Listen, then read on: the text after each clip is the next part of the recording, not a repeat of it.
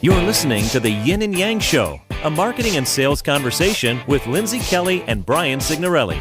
Strategic and tactical advice about inbound sales and marketing. Hey everyone, welcome back to the Yin and Yang Show. Thanks for joining us again this week for more sales and marketing conversations. I am Lindsay Kelly of Prospect Builder, joined as always by my buddy Sig. What's up, Sig? Hey Lindsay, how's it going? So I was getting thrown off a little bit. I was getting a little bit of like a choppy internet connection, voiceover or whatnot. But I think we're okay. I think we're gonna get through that. It's all right.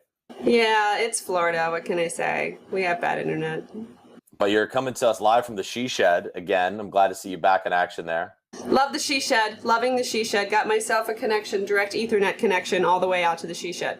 So that should help. I feel like every time I see you in the She Shed, there's like, it feels more homey. I mean, it feels like you're actually living in the She Shed itself. Every time there's like a few more decorations or like, better lighting or whatever. So it just seems like you're putting a lot of effort into that, and it's paying off. It's looking good. Thank you. I love it. It really is. It's my mini hideaway. So you can't find me in the house, but Mom must be in the shed. But Brian, today we have somebody with us, and I would love for you, since you're a fellow HubSpotter, to introduce our guest today. We do have a special guest with us. I'm so happy and excited to have my longtime colleague, Angela O'Dowd, on with us from HubSpot. She's a senior marketing manager at HubSpot. We've worked together now, Angie, for I think it's been, we're coming up on 3 years, I think. Yeah, 3 years it is. Yeah, it's exciting run, nice milestone. So Angie, maybe you just want to start off by a brief introduction, about your role and what you do at HubSpot. Yeah, thanks so much for inviting me to join you guys today. I'm excited to be here. As Brian mentioned, I've been at HubSpot about 3 years. I've always been focused on our partner program. So really working with the power users of HubSpot. So the people that, deliver marketing and sales services to a huge number of HubSpot's clients.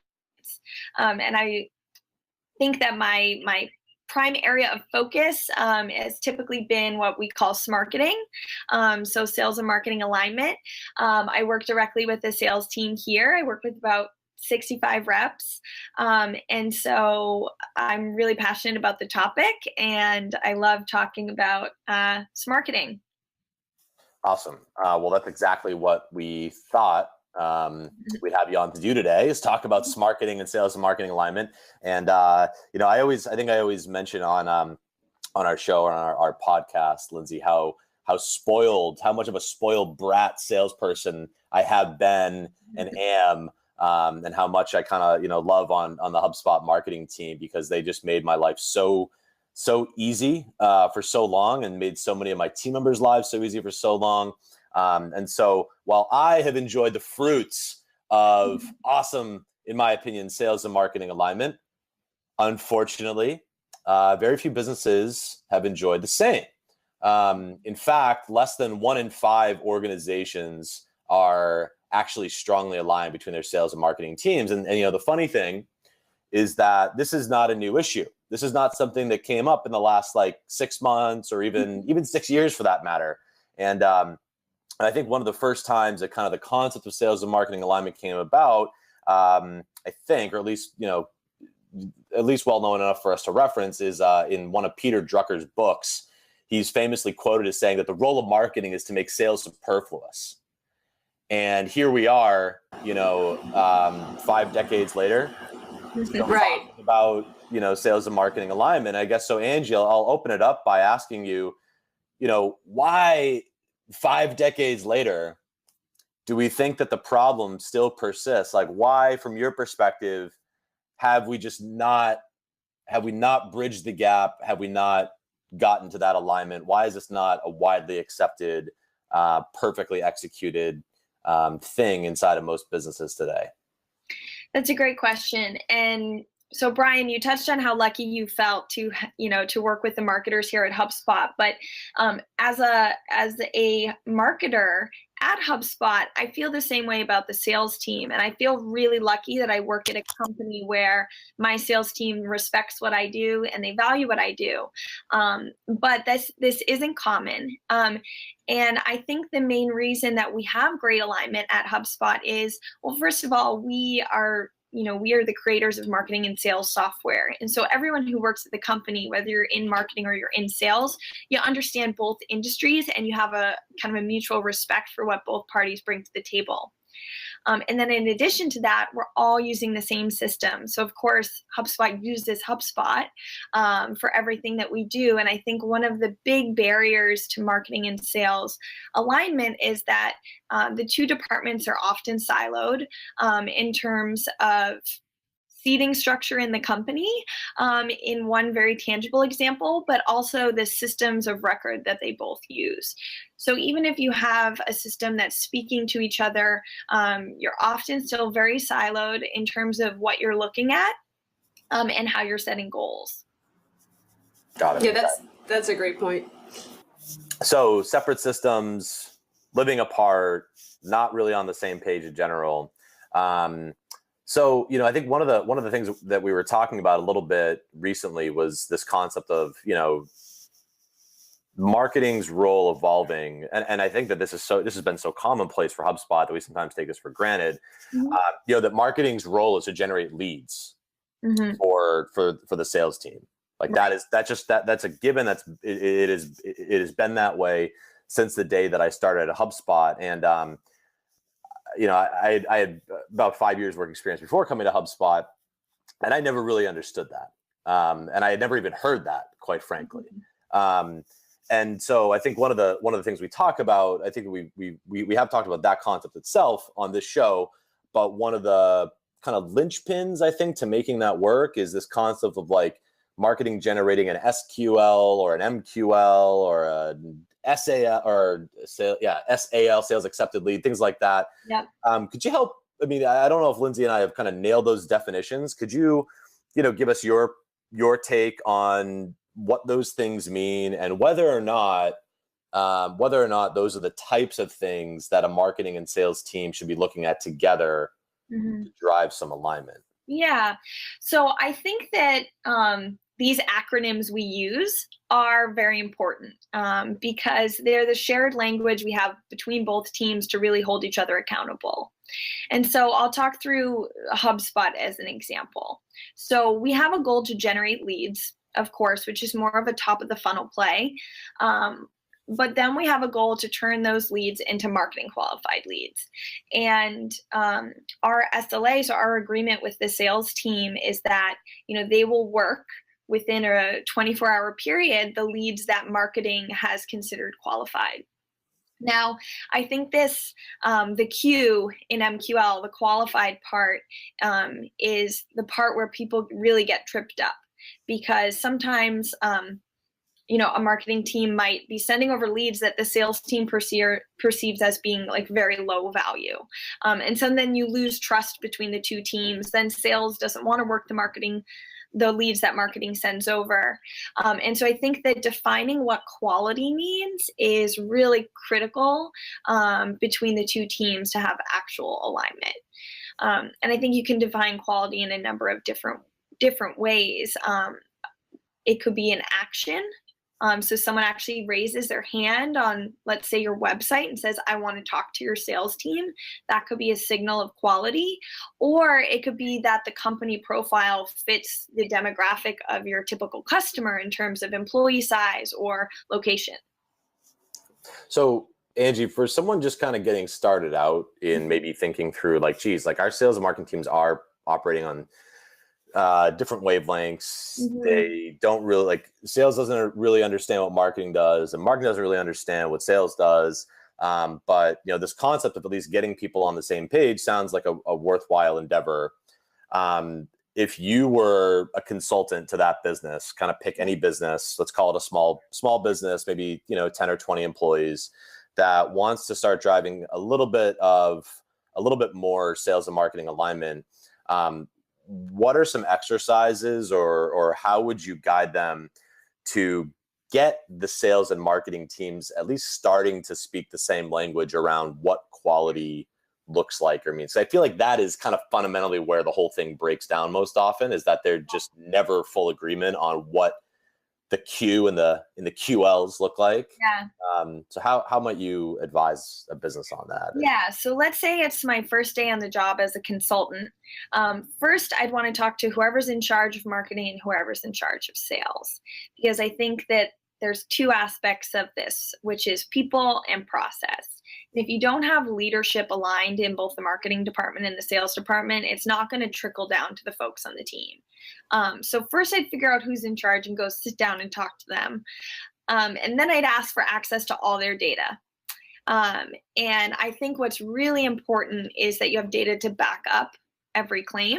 And sometimes your assumptions about what turns into a customer at a higher rate are actually inaccurate. And so if you can use data as the basis of the conversation, that can open a lot of doors.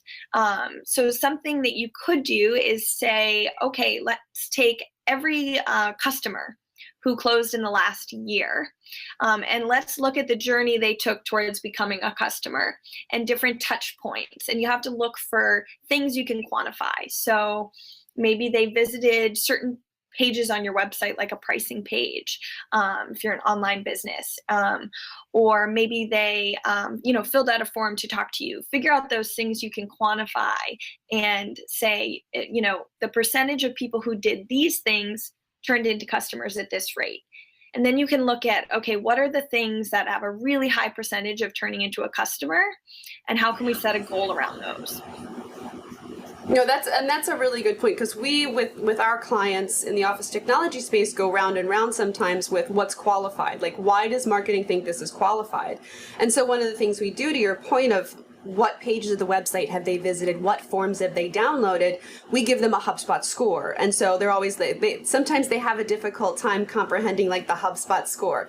And it's like, well, if they're visiting this pillar page of your website and they're spending time on it, and then they're going to another page, I'm like, we give them points for visiting pages. And so we have all kinds of different systems for that. So I'm really glad that you brought that up, because it's a difficult thing to define sometimes for these sales teams. Yeah.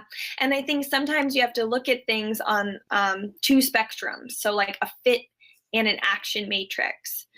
So the action being, like you said, they visited this pricing page, they took all these great actions that show that they're qualified, but then we might find out over here that they run a 2-person business out of their home, and they would never have the budget maybe to afford your service. So if we don't want to dilute the what the sales team is looking at by sending them leads who maybe are taking these high quality actions, but on the other end of the spectrum really aren't a good fit for the product you sell. So if you look at a fit and action matrix, and you only send sales the folks who are taking a high action and or a high fit, then you're going to build that trust, because they're always going to be looking at the qualified leads. No, that's a good point. I mean, and to that point, again, you could probably also use some kind of formula for, okay, it's this persona. So because, as we identify personas, we build workflows to say, okay, if the job title is this, if the company size is this, if this, if then that, then this, all this other crazy workflow stuff, then put them in this persona bucket. And that is kind of the holy grail of almost like one-to-one marketing, where these people are like, they get me, they feel my pain. And those are the folks that you want your salespeople talking to. Yeah, definitely. One of the things that actually I was kind of reminded of this as we were or this is the two you were talking through this. I wanted to kind of zoom out for a second, and for any business owner or CEO listening in to this right now, you might be asking yourself, like, why am I going to bother doing this? Like, why am I going to invest the time and effort to make this work? And I'll share my perspective very briefly with you. It was not my original thought. I'll credit this to Angie, our colleague, Andy Petrie, who I think articulated this really, really well in kind of his take on sales and marketing alignment. The way he talks about it is, look, the reason you need sales and marketing alignment is because that sales has a marketing problem, and then marketing has a sales problem. So specifically what he means by that is that marketing needs sales to work and close business in order to help marketing justify what they do. more or less, right? And conversely, HubSpot, I think it was HubSpot surveyed, I want to say like 1,000, I think it was the state of sales survey, or state of inbound sales survey, or something along those lines. I think we asked like at least 1,000 different sales reps, what is your biggest challenge? What do you need? And the resounding answer was that sales reps need more leads. So hence sales and marketing alignment. Sales rep needs leads from marketing. Marketing needs sales to work those leads to close them. And if we don't have those things operating at the same time, then the question we have to probably ask ourselves is, what are sales and marketing doing anyway? So, Angie, you gave a really great and really well received presentation at Partner Day not too long ago on kind of advanced sales and marketing alignment. And Lindsay, I think you had sat through that and you saw that presentation. Did not. Okay. I did not. It was in a different. I'm sorry. It was competing against something else that I don't remember. But you didn't go to my session. Oh my God. I'm so offended. I didn't even know it was you. I only looked at the topics. I guess that makes it even more timely, Angie, for maybe you to kind of give some highlights of that, get Lindsay up to speed, because I think that there's a really, really, really interesting hypothesis in that presentation that is worth hearing. So would you mind maybe just kind of giving some of the highlights or kind of the core, why behind the talk you gave? Definitely. So I think the most interesting part was I really walked through HubSpot's, I work at HubSpot, so that's the example I have to share. And as we mentioned early on here, we have great marketing and sales alignment. But even so, even at a company that has a monthly meeting called Smarketing, we still found ourselves somewhat misaligned coming into 2017. And so I really talked through our process going into 2017 about redefining our MQLs. And the big takeaway was, in the past for HubSpot, an MQL was a handful of, it was 5 different things you could do. One would be like request a trial of our software. That's an example. Request a demo of our software. That's another kind of software-based example. And what we were really saying is marketing's goal was to get someone to fill out a form that tells sales they want a demo of the software. And from there, sales will get notified and they'll reach back out to that person and they'll set up a meeting. So what marketing cared about was getting someone to fill out that form. That was what we were measured on. That's what is quantified for us. And what sales cared about is actually having a meeting with someone.